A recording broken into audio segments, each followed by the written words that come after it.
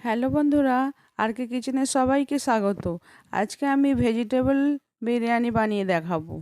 চলুন কিরম করে বানাচ্ছি। প্রথমে আমি কড়াতে তেল দিয়ে দিয়েছি, দিয়ে কিছুটা পেঁয়াজ আমি বেরেস্তা বানিয়ে নিচ্ছি। বেরেস্তাটা বানানো হয়ে গেল,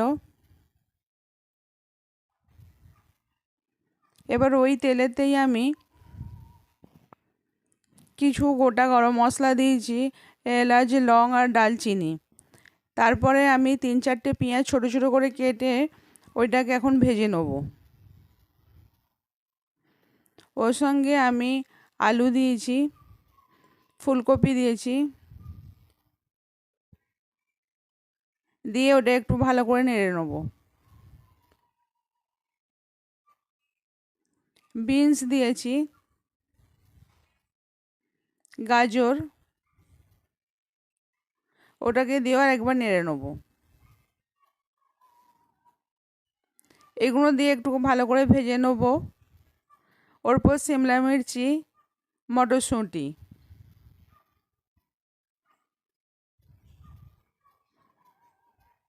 এইগুলো দিয়ে ভালো করে একটুখানি ভেজে নেব।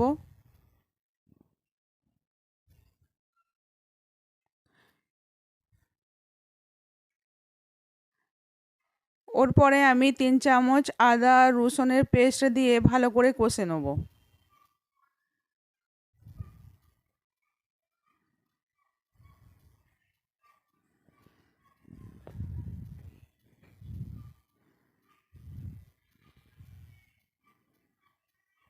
একটু কষা হয়ে যাওয়ার পর 1.5 চামচ গুঁড়ো লঙ্কা, আধা চামচ হলুদ দিয়ে কষে নেব।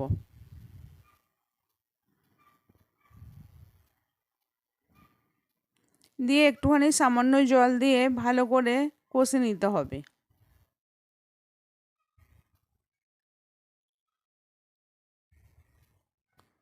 ওর পরে আমি 2টো টমেটো কেটে দিয়ে দিয়েছিলাম, দিয়ে ওটাকেও ভালো করে কষে নেব।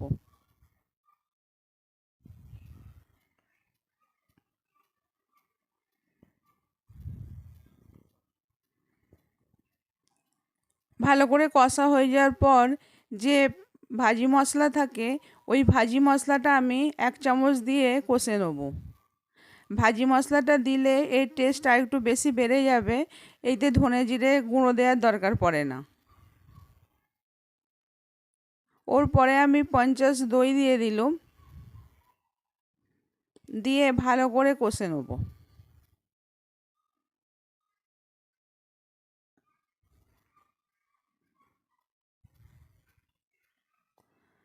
এবার স্বাদ অনুসার নুন দিলাম।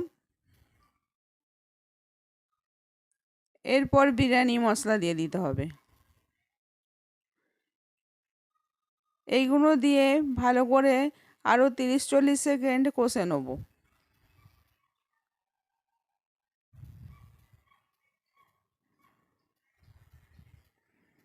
কষা হয়ে যাওয়ার পর একদম অল্প জল দিতে হবে, যাতে সব মশলাগুলো ভালোভাবে মিশে যায়।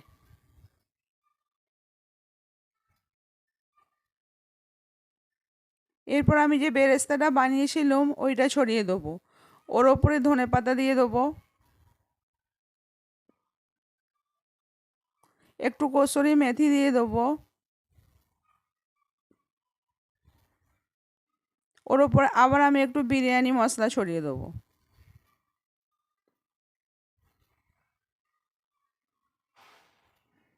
তারপরে আমি গোলাপ জল 2 চামচ দিয়ে দিয়েছি। দেওয়ার পরে আমি এটা 300 গ্রাম বাসমতি চালকে সেদ্ধ করে রেখে দিয়েছিলাম, এবার ওইটার ওপরে দিয়ে দেবো।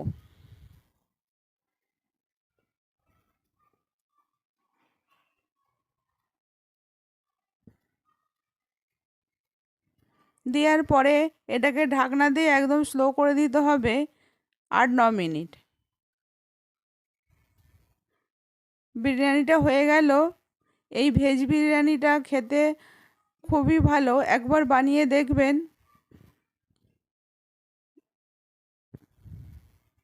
ভালো লাগলে লাইক, কমেন্ট, শেয়ার করবেন।